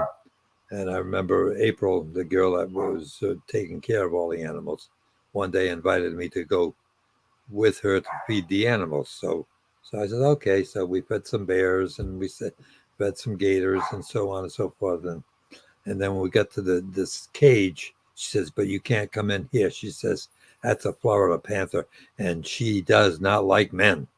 That was a challenge. Yeah. So I I waited remember, for her to go Roger, in, and she went to the back of the cage, and the cat was over, and the cat kept looking and putting this way and this way. I walked in, I opened the gate, and I walked in the cage, and I just stood there, and I talked to the cat. I pulled in my arms and talked to the cat. And she walked over to me, looked up at me, and then walked in between my legs, right in the front and on the back and the front. In April, I thought I was going to pass out. She says, I cannot believe that this cat likes you. I cannot believe that. You're a man, or are you? Yeah, and I got a picture of me and the cat now, and I could do anything. I like the cat, do anything with the cat. It was just a very friendly little kitty. Yep. that is fantastic. That is awesome. And Yeah. I have enjoyed talking to you, Roger. I've enjoyed it so much. And Yep. what I want to do is I want to bring my family, my small family, down to see you and Andrea, and of Oh, course Mistress B, fantastic. and have dinner with you guys. Yeah, That we would would be love that. fantastic. I would love that. The both of you Absolutely. Absolutely. and your son. Yes, of course. Oh, stepson. Yeah. Yeah, there you go. Beautiful. He's got a pretty girl here, Oh, thank you. Sure, a sweetheart. But I think I should turn you back over to Annie because it's getting kind of late. She's only got about another half hour here. So if you'll wait a minute, I'll have her come back here. Absolutely. But it's been a pleasure, You too, Thank you sir. really so Thank you much. meeting so both much, of you. Roger. I look forward to having dinner with you as well. And we will do it. Fantastic. Okay, hang on. I'll be right back. All right. What a joy, Mistress B. He's so sweet. I really, really like him a lot. I think it's so different to hear from the family because I've watched the movie several times. It's one of the things that kind of got me into the paranormal is that whole experience, and hearing that it was so much different for them really is it's affirming because like you work with demons and I I'm do, yeah. starting to work with demons, and so You it's are. And he's coming back. perfect. But I Okay. wanted to show you this. Can you see that? Oh, wow. Yes. I That love is- that. That is my young girlfriend. She's a beauty. She's a beauty. Beautiful, beautiful. So friendly, so loving, so caring, And protective. and protect. Oh yes, I'm sure. I'm sure. That's one thing about animals. Once they attach themselves to you, it's lifetime, and they would do anything to protect you. Absolutely. Absolutely. And you got to find people that have that same attitude. That's right. Absolutely. So anyway, let me go get Annie for you. Thank you again, Roger. All right, Thanks, my friends. You take care. He is such a blessing. Such a blessing. Absolutely. Yeah, and it is so affirming to kind of hear that a lot of this story was sensationalized and all of that because Hollywood. Yeah, 98% of it was sensationalized. absolutely. Here she is. I'm back. Hold Hello, on. Miss hello. America. There. Hi. Did you have a good time with my dad? I love your did. dad. So He's a much respect. doll. He's an amazing, amazing man. He is. I He is. cannot It wait. does put you right at ease. You know, you don't feel all weird with Yes, butterflies and yes. anything. He's just, you know, we're normal people that have had paranormal experiences. You know, we really Absolutely. are. I mean, there's nothing different about us. Yes, Robert, I quite agree. My father rocks. He Yes, does. he does. Yes, Thank he does. you. He is, you know, I mean, I think of everybody in our family who experienced what we did at the farmhouse. I think my father grew most in terms of his spiritual evolution. Mhm. A lot of people don't know this, but you know, the film made it look like there was the devout Roman Catholic Warrens and the godless heathen Perrons. Right. And Yeah. absolutely nothing could have been further from the truth. That's My right. father was born and raised Roman Catholic. He went to parochial school. He was an altar boy for years and years. When he graduated from high school, he went immediately into the Navy. And thank you, Liz. I agree.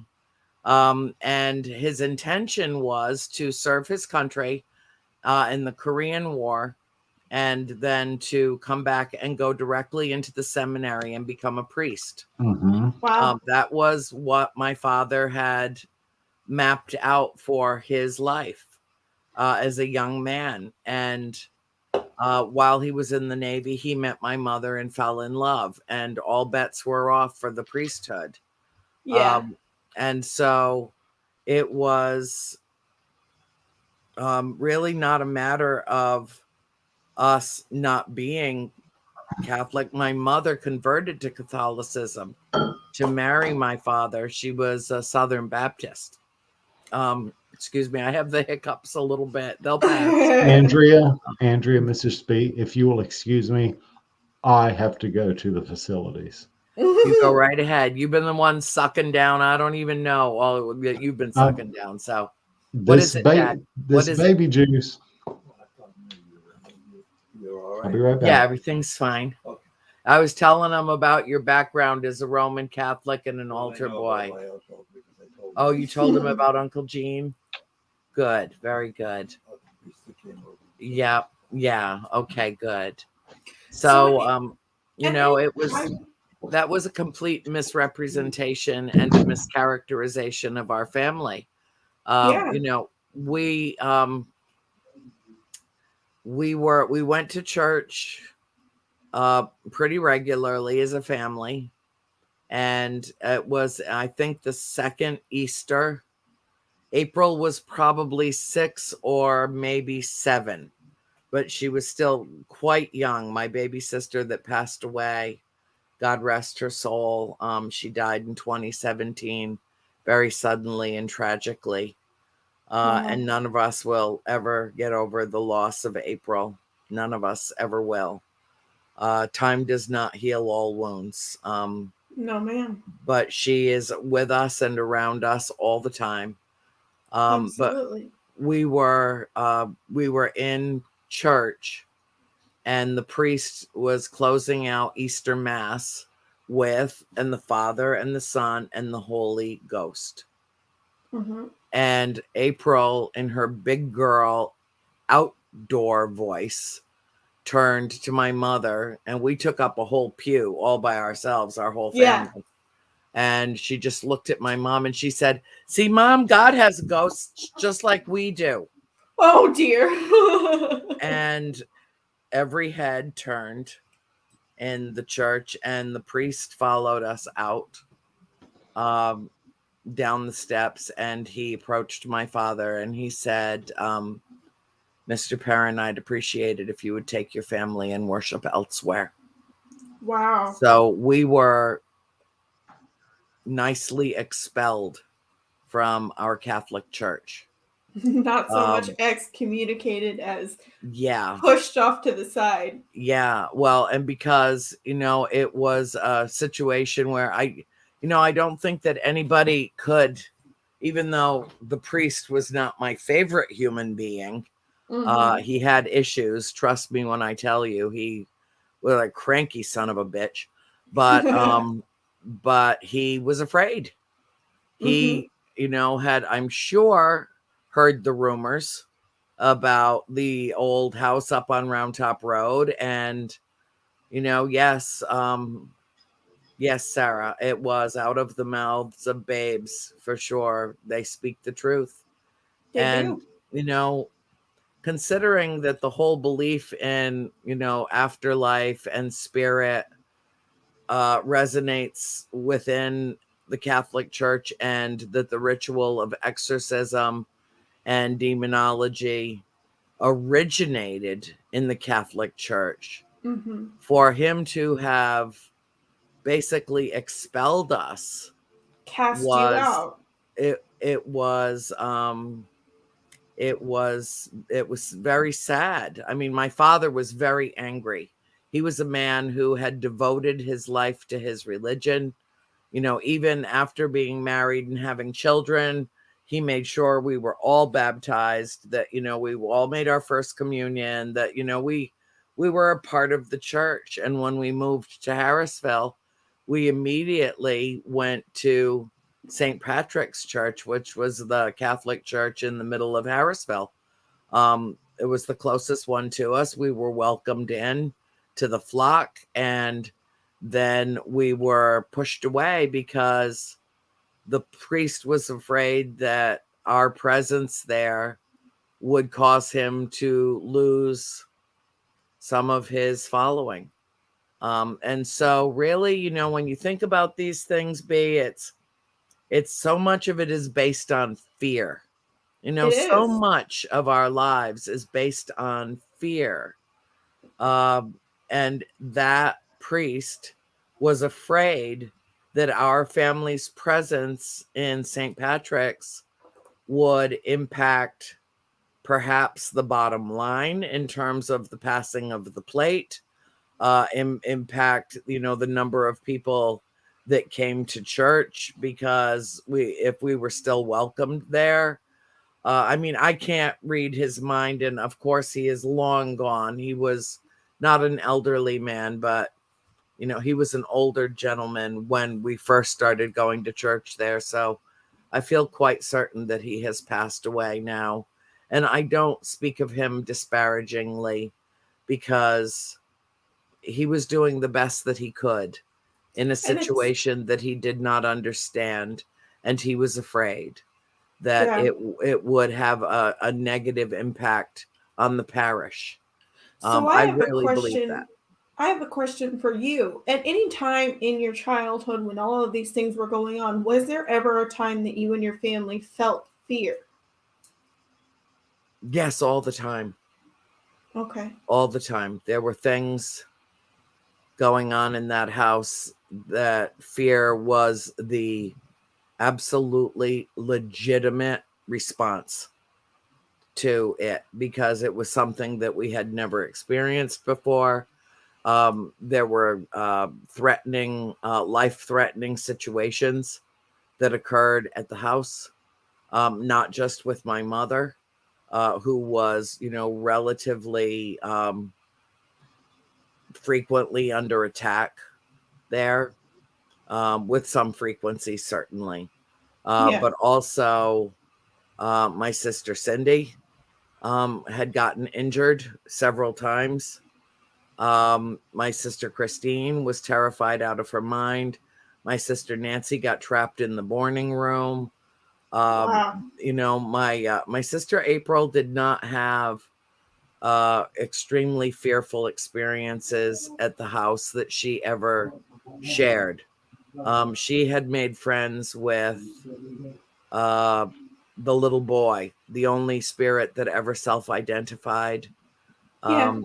And the little boy, the only spirit. He was so sweet, and she loved him so dearly. She was afraid that when the Warrens came, that they had the power to make him go away. And so And she wouldn't tell them anything about him at all, not anything at all, because she didn't want him to leave the house. I mean, it was a very convoluted emotional and psychological dynamic that existed in the house, and it was very fluid. And we all progressed in terms of our understanding of what we were experiencing at a different rate. We all took it in a different way.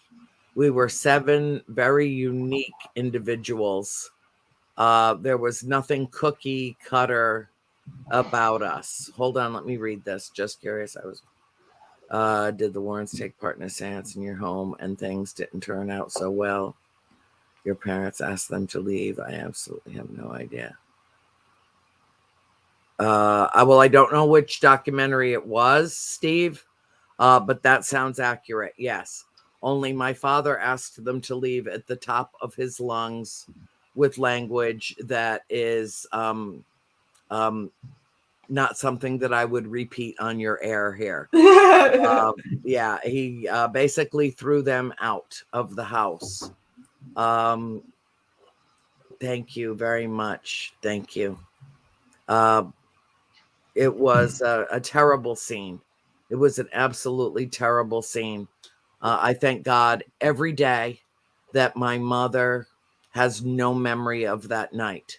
She remembers absolutely everything else, but she has no memory of that night. And I am deeply, profoundly, and humbly grateful that that is the case. what a blessing, because that could have been such a horrifying experience for her. So what a blessing that that the spirit or whatever, the universe, spared her of that. Yes, I agree, honey. I do. My mother is the most wonderful woman on the planet. My mother is iconic in the paranormal field. But even if no one knew who Carolyn Perron was, to me, she will always be my hero. I want to be just like her when I grow up. I'm 63. I need to finish that, that part pretty soon. But she is brilliant, and she is beautiful, and she is kind and loving, and embracing of everyone. Would you want that property purged of the spirits? It's not my property anymore. Would I personally want it purged of the spirits? No. Brian and I have a very, I I have a good and I think a reasonable argument for answering that question that way. No, I would not want the house purged of the spirits for two reasons. First of all, it was their house first. We were That's the right. intruders.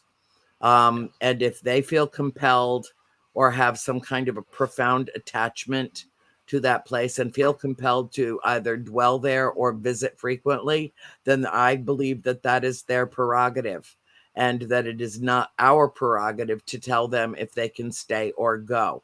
Second of my reasons is I am so grateful, because imagine, millions and millions and millions of people, countless millions of people, go back in the record of human history, and you will see stories of spirit, of ghosts, going back thousands of years into the earliest writings of humanity. It is something that has always been with us. There's always been an acknowledgement that there is something beyond our mortal existence, with, countless millions, perhaps billions of people over the course of time. And so imagine a world where they existed, but none of us knew it. Imagine that. Imagine a world where when somebody that we love passes on, and we think that that is the end all be all, that there is nothing further, that we will never see them again, that we will never have a reconnection or reunification with our loved ones, and that all of us, for better or for worse, have a belief that spirit does not exist. To me, that would be A far harsher reality. a far harsher Yes, reality. that's Yes, right. Yeah. very well put. Um, when I lost my sister, I was beyond bereft.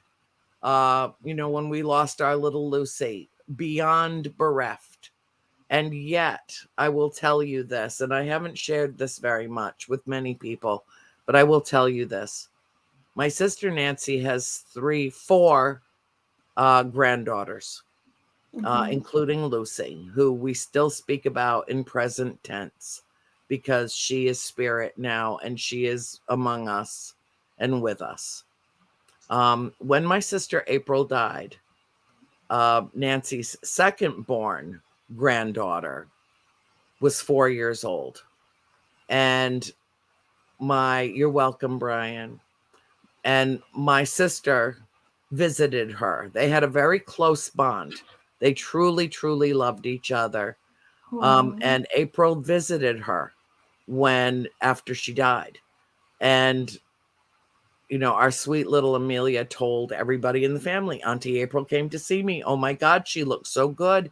She's just she was so very animated about it and very buoyant and happy that she had seen her auntie.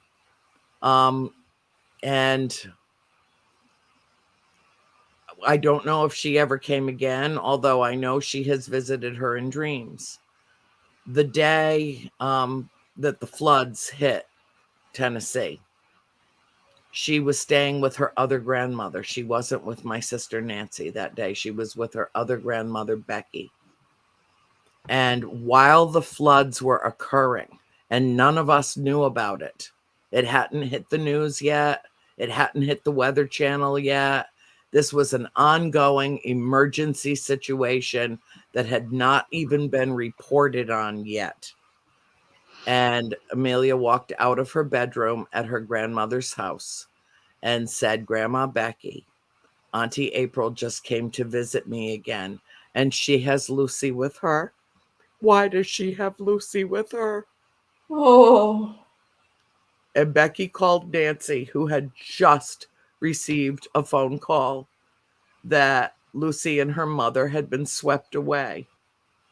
And she was standing in the middle of her kitchen, screaming, April, go save Lucy. Go get Lucy. Yeah. And she already had her. So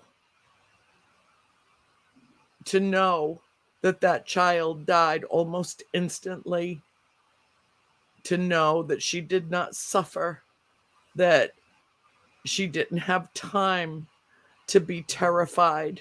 She didn't have time to swim for her life, and she was a very strong swimmer. She was gone almost immediately. And to And know that that is the she's only comfort that any of us can take. And it was because of Spirit and because of April and Lucy connecting with Amelia that yeah, we and all know that. And that is the beauty and the miracle of Spirit right and there. And so, do I want spirits cleansed from the earth and told to go to the light and go away? Perhaps they are here to teach us.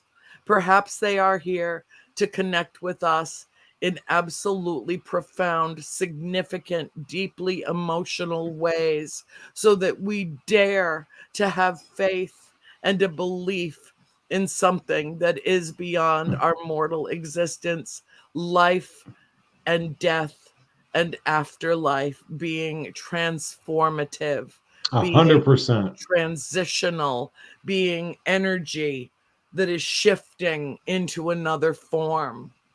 yeah, I feel absolutely adamant about that it is a gift. Probably the most famous of my quotations that I've seen all over the internet 1,000 times is, to be touched by Spirit is not a curse but a blessing. It is absolutely. that rare, precious glimpse into the realm from which we come, and all will inevitably return. Be not afraid. That's right. Be Agreed. not afraid. Absolutely. Andrea, can I switch gears just a little bit and ask you about something? Sure. Okay, so when Ghost Adventures came to, Ugh, yeah, Oh yeah, no. you know, I'm going there, baby. When when Ghost Adventures came to the farmhouse, Rhode Island, yeah. that you were brought in as what, a consultant, an advisor? I don't know why I was brought in. Okay. Obviously, I know I wrote the books. I, was the kind of at the helm in terms of telling our true story in the trilogy. But I part of me thinks that they brought me in to shed some legitimacy on what they were doing. Mm-hmm. Had I known what was going to happen in that house over the filming, Mm-hmm. I would have declined the offer. Okay. Not that Zach was anything other than a perfect gentleman, very kind and generous and open-hearted with me, as Mm-hmm. was the entire team. The producers, the director, the cinematographers, everybody could not have treated me more respectfully. But the one thing that I asked and actually forewarned them about was not to provoke in that house. And in fact, said to them, woe be unto you if you do. Woe be unto those who poke and prod and provoke the spirits in this house. They know whose house it is. They know that Mm-hmm. you are here out of curiosity. And if you treat them with kindness and respect, then you will, you get more flies with honey than vinegar. That's right. And while I was there, while I was on the set, which is actually my childhood home, everything went as I had hoped. Everything flowed beautifully. I spent about maybe 5 or 6 hours with them. Mm-hmm. And then I left. And I was on call for the next 3 days, but they never called me back to the farm. So I guess they had gotten everything that they needed. I did not know when I showed up that they wanted me to give them a tour of the property. I did not know when I showed up that it was going to be anything under, anything other than an interview. And it turned out to be a lot more. I was integrated into that 2-hour special in a big way, but other people were brought into that special as well. And one in particular that misbehaved so badly that I considered it a blight on the entire paranormal. I think that it's not fair to masquerade as a legitimate paranormal researcher or investigator and then behave that way. I was embarrassed for him. Mhm. I was humiliated for the project. I could not believe that was left in the final cut. My head blew off my shoulders. I was doing a live stream from the house I was staying at in Michigan at the time when it aired. And so I was with a boatload of my friends were over there watching it with me. And, so we had cameras basically set up on the TV and everybody was responding as we were watching it. We had to take it down because I got so upset when I saw a mockery being made of my mother's pain and wanted to leap through the television and strangle someone with my bare hands. And so sounds like you got a bit of your father's spunk in you. Yeah, well, okay, here was the thing. I don't want to declare war in the paranormal. I think that we should all be on the same page. We should all be working in common purpose toward one unified goal with the right and proper intention. But that's not the truth of the paranormal. Right. We are an eclectic group of people, a wide variety, some very enigmatic, some very straightforward and truthful, some whose stock in trade is fear. We are a very hodgepodge mix of personalities. Mm-hmm. And not all of us are working toward the same goal. Not all of us are of the same mindset about it. Not all of us consider spirit a blessing, but more of a curse. There are some people who practice the dark arts and do so blissfully and want to associate with the darker entities. Oh, that's so nice. I will. I swear, Liz, I'll come to Scotland at some point. I swear to you, I will. I'm part Scottish. I'm Clan Buchanan. I sort of have to go. Yeah.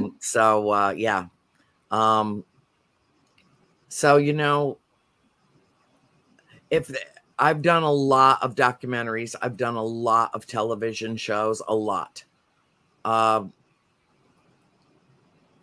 I would, in terms of that episode of Ghost Adventures, I was mortified. If I could have edited it, there was a lot about it that was true. Everything that I said was. Everything that I experienced in that house that I shared was true. Mm-hmm. I cannot vouch for the rest of it. I was not there. I did not see it being filmed. I did not have anything to do with the input. And I think that some of the behavior that I witnessed in that 2-hour special cast doubt upon the field as a whole. Yeah. Which is so incredibly counterproductive. Yes, ma'am. And so if I didn't have free reign to edit out what does not belong there, I wish that I had not participated in that particular production. And of all the work that I've done over these 10 plus years, that's the only one. That's the only production that I can say that about. Well, Andrea, let's talk about some of your upcoming projects. Oh no, let's not. Oh my Oh, come on, God. baby. What you got going on, girl? Come on now. Okay. I called one of my producers a couple of months ago. I mean, we've worked so hard. And I said, we should really rename our company Global Pandemic Productions, because what we have gotten accomplished in these, 2-ish years Mhm. has been amazing. I have made the beginning of a series that will go, I'm pretty certain, to a streaming platform, and I have one particular in mind. That I hope that we will be able to achieve our goal with, but I'm not naming names yet. I'm not telling you the name of the series yet, but I will tell you that it is unlike anything else that has ever been produced for television, ever. Wow. I did a documentary on UFOs out at Joshua Tree National Park last May, that is currently being edited and will be distributed worldwide. I've made 4 documentaries in the last year and a half, all done, under the safest of circumstances, either at a distance or masked, or once I got all vaxxed up and ready to go, I went back out on the road this past May. So I started with Gettysburg, and I just finished off the year with the Mid-Michigan Paracon in Flint, Michigan. Mhm. No, I did something else after that. No, I finished off in Massachusetts with the Ocean State Paracon. Even though the Ocean State Paracon happened in the Bay State, they were all intermingled anyway. It doesn't matter. It's all New England. It's just New England, so throw us all together. But it was a wonderful event. We had a great time. I continue to do interviews. I continue to work with a lot of my friends in the field who are like-minded, who are, have the best of intentions and, pure open heart, and are based in light and love. And that's what I attract, and that's what I put out. And so it's kind of cause and effect. We're all magnetized to each other. So I've been doing that. And what about, I see UFOs. I'm into encounters by what she might call us. Yes, there is a connection. I think that there's a point of correlation and integration between the two. Of course, spirits are no longer earthbound, so technically they would qualify as extraterrestrial. Mhm. But it's not like they go holding hands and skipping down the yellow brick road together. I think that everything is energy, that everything is one thing, which is existence, consciousness, and that we've all tapped in some way or another. Hello, Kristen, my darling. That we've all tapped into the unified field of consciousness, that we each have individual brains, but that we're all tapped into one divine mind, a singular mind, that it's just as plausible that there is only one soul, universal soul, that we are each a part of. Everything is one thing, I agree. to I my way agree. of thinking. And that's my personal philosophy, that we are thank you, sweetheart. Thank you, Robert. I would love to be in touch with you personally. I very much would. You can connect me, okay, with Robert. Obviously, he knows your show, Yes. and Yeah, Yeah. I would love to be in touch with Robert. yes, we are good friends, so yeah. Yeah, he's obviously He's a got great it. He man. gets Good it. man. Yes, Okay, he like does. Yes, totally he gets does. it. Yeah. So for me, I mean, I think of this really, this is like cosmological. It Mhm. makes sense to me that all existence is energy and consciousness, and it's all wrapped up together. that there are multiple dimensions that all exist simultaneously, and that the rare and precious gift is that moment when we can literally, I don't think that there's a veil. I think that that's a self-imposed prison that we put ourselves in so that we can cope with what we perceive to be our three-dimensional, five-sensory realm. A human construct. Not the truth of our existence. That we live in a multi-dimensional universe, that everything is connected, and that how we will grow spiritually, how we will evolve, is to not only raise the frequency of the planet as a whole, raise the vibration of the planet as a whole, love each other powerfully, which is our superpower that we forget that we have, stop relinquishing our lives to fear, Absolutely. and claim and embrace our own superpower to love each other in a way that I refer to as higher love. That's not boastful or selfish or self-serving or, what's in this for me, none of that. I mean, when we can attain a mindset, which is so difficult for human beings, of unconditional love, to love someone for the sake of loving someone, period. To be able to forgive, to be able to make amends, to be able to understand that each and every one of us has flaws and foibles, and that we come into each other's life experience to help each other, to teach each other, even if what is being taught to you is what you don't want in a lover or a relationship or a friendship, or, this does not work for me. Thank you for teaching me that this does not work for me and that I need to move on. And if you can do that and release that with love, instead of contempt and vengeance, we will raise the vibration of the entire planet. And thus we will make our own spiritual ascension, the planetary into ascension, the fourth and into the fifth dimension and beyond. That's right. It is the only way to redeem humanity and for us to continue on, to save ourselves from ourselves, save our planet from us, and to heal the world of its woes, of which there is a plenty. Absolutely. My God, you are an amazing woman.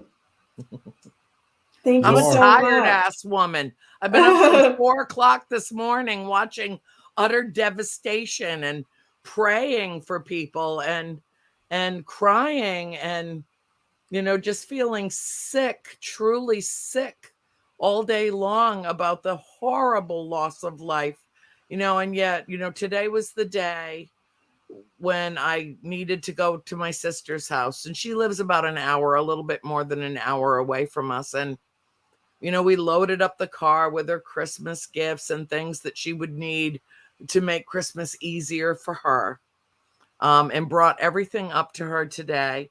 And we just held each other and we cried. We just held each other and cried because we both feel this profoundly. I mean, this isn't, Tennessee's problem or Kentucky's problem or Arkansas's problem. This is an American emergency and an American tragedy. And we all have to pitch in here. We all have to do our part. We all have to, if nothing else, keep these people, these poor people that have had their lives turned upside down and in many cases ended abruptly in terror, and keep them in our hearts and in our thoughts and in our prayers, and for their families that are left behind if they were fortunate enough to survive this. You know, this was a terrible, tragic day, but it also reminds us that those we love are not far from us, not far at all, not far at all. And if you've lost someone today that you love dearly, reach out to them in mind, in spirit, reach out to them, bless them, release them, tell them how deeply they are loved, tell them that they will never be forgotten and that they will live on in memory of all the lives they've touched. This is a painful day, but a reminder of the integration and the correlation between spirit, the ethereal, and the corporeal beings. That's right. We are one. When we achieve that true realization of oneness is when we will all spiritually ascend to a higher consciousness. Absolutely. Thank you, Andrea. You're welcome. I can't thank you I enough. love you. And I love you, and you are my friend. Yes. You're stuck with me. I got you in my phone. And you have my picture on your phone, right? I do. And it's a really, really good one, too. And B, I want you, Ken will give you my number and send me a beautiful bio picture so I can save you in my phone, too. And I will come on your broadcast again, because really we barely scratched the surface. No, we got a lot. We got a lot more to talk about, and we will have you on during the season 2 of the Wizard Stable, if that's cool with you. Absolutely. It would be my pleasure and my honor to join you. And, you know, just I tell everybody, just be the light you seek, be the love that you were born to be, touch your personal power, embrace it, and then share it with the world, and to celebrate the season of light, the hope, and have faith. Dare to have faith, because there is something supremely beautiful about what comes beyond this life experience. It is beautiful and it is blessed. And so with that, I bless and release all of you this evening. And I do so with love in my heart. Thank you, Andrea. Thank you. You are a blessing. You are a light, and we love you. We love you very much. I love you too. So I want to thank everybody. Teresa Slowinski, thank you so much. Chris Carr, Robert Rigi, Brian Lovering, Anne Marie, Liz. Who are we forgetting? I'd like to give shout outs to everybody. Your viewers had the most inspiring commentary and brilliant questions, and they are amazing people. They're amazing. They're just Sandy amazing Griffin. people. Thank you, Sandy. Sean Gilmore. Yep. Thank you, Sean. Kristen Johnson. We love her. Yeah. Sarah, Darky Lucy. Thank you. Jill Nakamoto. Yes, I love her last name. Anne Marie Young, of course.